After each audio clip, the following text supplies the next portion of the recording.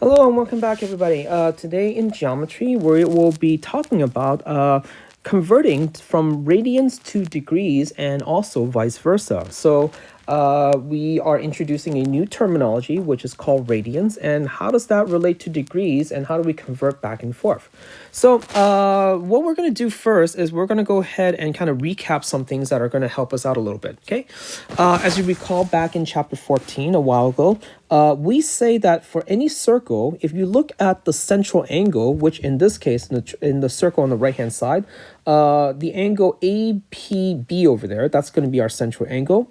That is supposed to be equivalent to the arc angle AB over there. So that is to say, if I were to write this out, the measurement of angle APB is equal to the measurement of the arc AB. So then that means that these two are congruent. So meaning, for example, if this right here is 45 degrees, then that means the measurement of this arc right here is supposed to be 45 degrees as well. Okay, so that was a while back in, I think it was chapter 14. Now, let's go and define what is a radian, and then we'll go ahead and tie this in with the whole central angle thing in just a little bit. So by definition, the radian is the following, okay? A radian is supposed to be the length of the circle's radius wrapped around the circle, okay? So radius, that's what we're using, and radian, you can see how the two terms are going to be kind of like. So here, if I take a circle, right? If I take a circle, let's go ahead and introduce the radius to be something like this over here. Okay, so that's going to be my radius. So 1 radian would be then taking that segment, and I'm going to wrap it around the circle along the circumference right here. So then that way, this right here is going to be congruent to this right here. Then what I can do is I can create more radians and wrap it around the entire circle. So here, if I take the second radian, then that means I can wrap it around around the circle right there. And there you go. You can see 2 radians then. And then afterwards, if I wrap it around again, then you can see 3 radians. And then my picture is a little bit off, but you get the idea right here. And then afterwards, we can wrap it around again. We get another radian. And then afterwards, we get to wrap it around again. We get the 5th radian. And then afterwards, we get another radians. And then finally, well, there's going to be a little extra part that's left over. So you can see approximately over here that this circle has about exactly 6, well, not exactly, has approximately 6 radians or so, a little bit over 6 radians. And it turns out that no matter how big your circle is, you're always going to have that same number of radian every single time. The number of radians that you have for the entire circumference you wrap around it is that each circle, okay, let me write that down. Each circle has approximately 6.28 radians, okay, around its circumference. Okay, so what that means is no matter how big your circle is going to be, you can always take about 6.28 of its radius and wrap it around the circumference. And that number 6.28 should look somewhat familiar to you because it's 2 times pi. So what that means is we can actually now tie this into the whole central angle thing.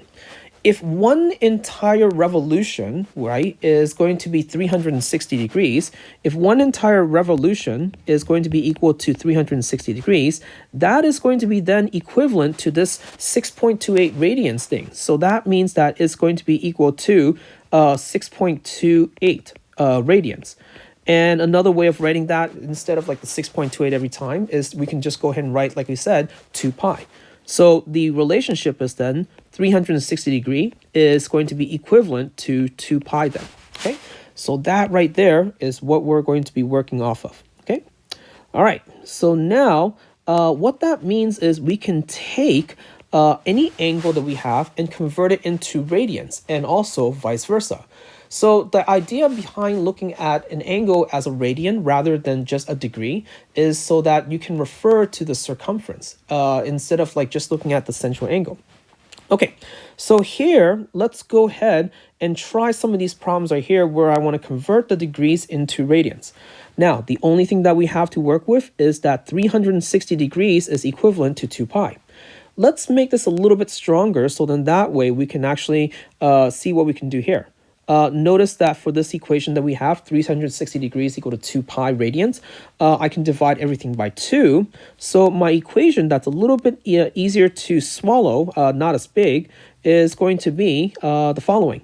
180 degrees is equal to pi. Okay, so that is going to be our formula. Okay, so let's go ahead and begin. Now, knowing that here, 180 degrees is equal to pi, what I can do is I can just go ahead and fill in what I know, which is the bottom part right here. Now, for the rest of these guys, I want to find out what they are in radians. So that means that I need to do a little bit of, like, I guess, balancing the equation. For example, if I know 180 degrees equal to pi, then I can probably divide both sides by 2 to solve for this guy over here. So that means 90 degrees would then be equal to pi over 2 radian then. And then from here, we can go a little bit further, right? If I divide by 3 to both sides, then that means that we're going to have pi over 6 radians is going to be equal to 30 degrees. In this case over here, if I go to the left, I can divide by 2 from both sides of the equation. So 45 degrees would then be equal to pi over 4 radians then. Okay, let's see. Ooh, we can kind of keep going over here. At 30 degrees, if I multiply everything by 2, then that means that I would have 60 degrees is going to be equal to pi over 3 radians. So you can kind of see how I kind of like bounce back and forth in order to solve for what I want. And then from here, let's say from 60 to 120 degrees, I can go ahead and multiply everything by 2. So that means that 120 degrees is equivalent to 2 pi over 3 radians. Okay. Now, for some of these other ones, well, at 0 degrees, that's going to be equal to 0 radians. So that one hopefully should be okay with you guys. For the last two right here, I'm going to go ahead and solve for it, a different way, just to have something so that you can refer to next time if your numbers are not as nice. So let's say I want to solve for 135 degrees. If you don't want to do it this way right here, where I just kind of like bounce back and forth, here's what we can do. Let me give you an analogy. If I have, like, say 1 foot, right, and I want to convert to inches, then what I would do is I would take that 1 foot and then multiply by what is known as the dimensional analysis. And that dimensional analysis is the following. For every 1 foot, there are going to be 12 inches. So that's going to be my proportionality that I need to multiply by. So you can see that the feet are going to cancel each other out. And so as a result, then you're going to have 12, and the unit over there is going to be 12 inches. So that's how I figure out that's going to be 12 inches then for every 1 foot. Now, in this case, for 135 degrees, I can do exactly the same thing. Let's say that, I want to start from scratch. What I can do is I can take the 135 degrees and multiply it by the following fraction. Again, for every 180 degrees, and I want the degrees in the bottom so I can cancel out with degrees on top, that is equivalent to pi radians. Okay, now do you need to write the radians part as a unit? The answer is no. A lot of times people notice that or recognize that if you have pi, then that's already in radians. So technically you don't have to write anything if you don't want to. But this right here is then equal to 135 over 180 pi. And let's see, we can probably clean up that fraction. Everything over here is divisible by 45. So divide by 45 to both top and bottom. Divide by 45. So that looks like it's going to give you a 3 on the top and then a 4 on the bottom. So this is equal to 3 pi over 4.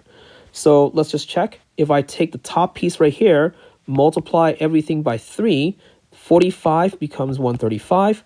Pi over 4 becomes 3 pi over 4. So yeah, that does actually check out then.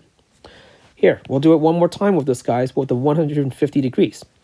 For 150 degrees, I'm going to go ahead and multiply by pi radian divided by 180 degrees. So that right there would give me 150 divided by 180 times pi. The zeros cancel out. 15 over 18, that is equivalent to 5 over 6. So that is going to be my answer then, 5 pi over 6. Here, let's go ahead and maybe match it up to, this guy over here, 30 degrees, right? Multiply everything by 5. 30 times 5 is equal to 150. And then 5 times pi over 6, that's 5 pi over 6. So there you go. So as of right now, we know all the radians for the following degrees. And this is probably something that you might want to memorize just to make your life a little bit easier. At 30, we say that's going to be pi over 6. 45, that's pi over 4. 60 is supposed to be pi over 3. 90 is supposed to be pi over 2. Then at 120, that's 2 pi over 3. 135, that's 3 pi over 4. And then 150, that is equal to 5 pi over 6. And finally, at 180, that is equivalent to pi. So this is just changing units. That's all it is. And can we go beyond 180 degrees? The answer is yes. So we can always definitely do that then if you want to. Okay. Now, going backwards, right? I want to now convert back from radians to degrees then. So what is 7 pi over 4 equal to? What is 11 pi over 6 equal to? What is 13 pi over 12 equal to? Well, we can use the same idea, right? So since we know that pi is equal to 180 degrees, we can make a direct substitution to each one of these, and that'll give us our answer. So the first one is 7 times 180 degrees divided by 4. So 180 and 4, they go into each other. How many times? It looks like it's going to be 45 times.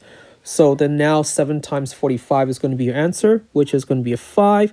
3 carries over, so it looks like it's equal to 315 degrees then. So you can see how we can go over 180 degrees if we wanted to. Next one, same thing. We have 11 multiplied by 180 degree, replacing pi with 180. And then now we're going to clean up the math over here. 180 and 6, that means it's going to be 30. So the answer is 30 times 11, which is 330 degrees. And finally, for the last one, we have 13 times 180 divided by 12. So let's see. If we divide by 12, that definitely is a little bit harder. Let's see. 180 and 12, they both go into, I think it's 15 actually. So that means that this is going to be 15 over here. So 13 times 50. 13 times 15, that is going to be equal to 150, and then plus 45. So I think if I remember correctly, then it's going to be 195 degrees. Okay. All right. Well, there you go. Thank you so much for watching. I will see you guys next time then. Okay. Bye.